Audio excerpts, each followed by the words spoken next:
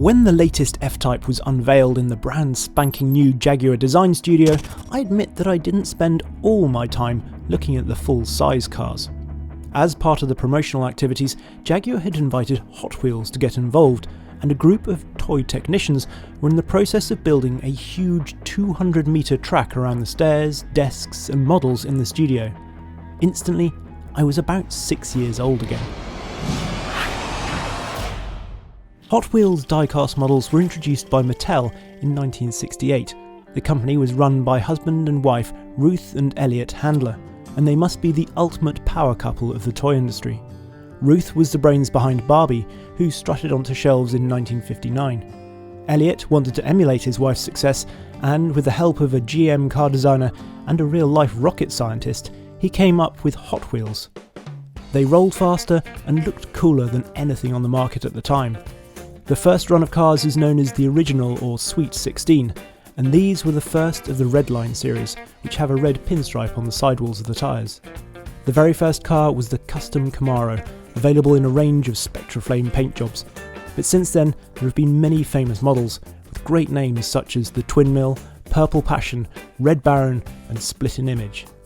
At the same time, the iconic orange track was also released, allowing for loops, jumps and stunts.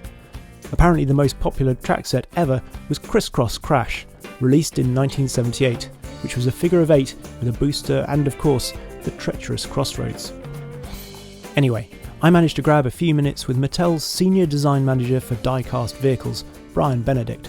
He has been responsible for many of Hot Wheels' recent character cars, including the Darth Vader car, which even made the transition to life-size. On this occasion, however, he was pulling the covers off something more real-world. Brian, thank you so much for joining us. Absolutely. And we have another big reveal. Would you mind doing the honours, Yes, please? we do. So you've seen the full size, the new Jaguar F-Type. Well, I have here in my hand the 1/64 scale Hot Wheels Jaguar F-Type. Amazing. Yes. In the same velocity blue that you see here. Absolutely. And there are not very many of these in the world at the moment. No, this one here is a prototype. So we've only made 20 so far. For the shoot that we're preparing here. Brilliant. And these are actually, do you say these are 3D printed? Yes, they are. These are, they're 3D printed. The camouflage blue, or the camouflage ones have the camouflage printed into the actual model itself. These ones are hand painted, and with all of the detailing, including license plate, and you see the little Jaguar logos there are painted. The little R logo is painted back there, along with the tail lights and exhaust tips.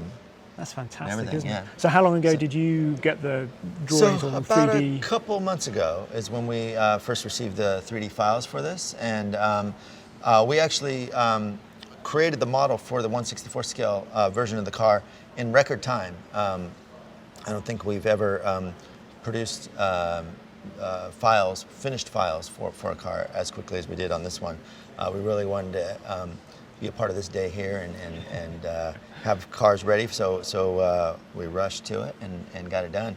So this car now is currently being tooled up at our plants in Malaysia. So you will see the finished product on shelves roughly this time next year.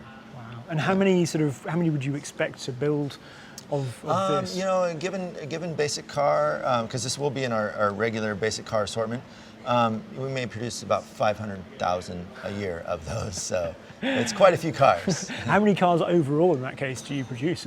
Yeah, so we do quite a few. So last year was our best-selling year ever. We produced over 500 million cars for the year.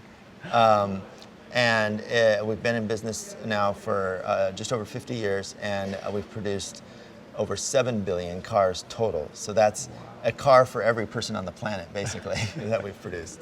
And is there one sort of in all that time that's, I don't know, now the most collectible or something like that? Yeah, so there's a lot of the Redline stuff is the most desirable for collectors. But there's one in particular, this Volkswagen bus called the Beach Bomb. And there was a particular version of that that was a prototype version where the surfboards were mounted in the back. That a few of those early prototypes made it out into the marketplace, and a few years back, one of those sold for $72,000 for one little Hot Wheels car. Now, to make that even crazier, that car now is valued at over $150,000. Wow. So pretty amazing. As you can imagine, collectors get pretty intensely excited about what we do. So if they're willing to pay that much for a little toy car.